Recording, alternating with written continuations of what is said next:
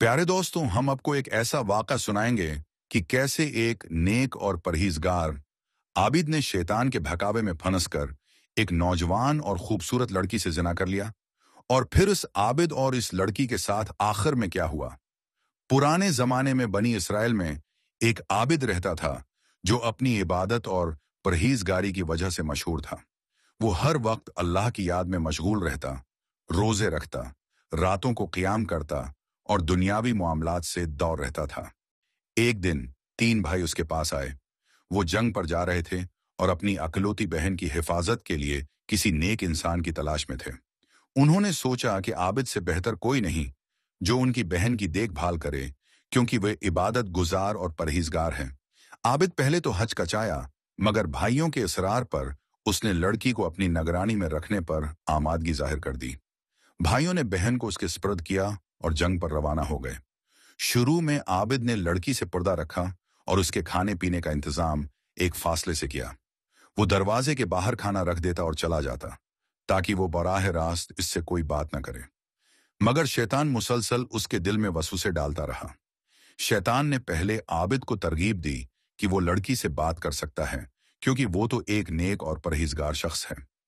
رفتہ رفتہ عابد اس سے بات کرنے لگا، پھر وہ قریب بیٹھنے لگا اور ایک دن اس کے پاس جا کر بیٹھنے میں بھی کوئی برائی محسوس نہ کی، یہاں تک کہ شیطان نے اس کے نفس پر مکمل قابو پا لیا اور وہ اس کے ساتھ زنا کر بیٹھا۔ وقت گزرتا گیا اور کچھ ماہ بعد لڑکی حاملہ ہو گئی۔ عابد پریشان ہو گیا۔ اسے خوف لاحق ہوا کہ جب بھائی واپس آئیں گے تو اسے کیا جواب دے گا۔ شیطان نے اسے مشورہ دیا، اس گناہ کو چھپانا چاہتا ہے تو لڑکی کو قتل کر دے۔ عابد نے شیطان کے بہکاوے میں آ کر لڑکی اور اس کے بچے کو قتل کر کے انہیں دفن کر دیا۔ اب وہ خود کو محفوظ سمجھنے لگا کہ کسی کو اس کے گناہ کا علم نہیں ہوگا۔ چند مہینوں بعد بھائی جنگ سے واپس آ گئے اور اپنی بہن کے بارے میں پوچھا۔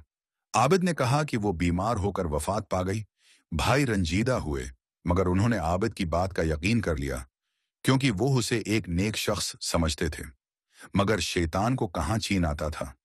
اس نے تینوں بھائیوں کو خواب میں حقیقت دکھا دی کہ ان کی بہن کو عابد نے زنا کے بعد قتل کر دیا ہے اور اس کی قبر فلاں جگہ ہے۔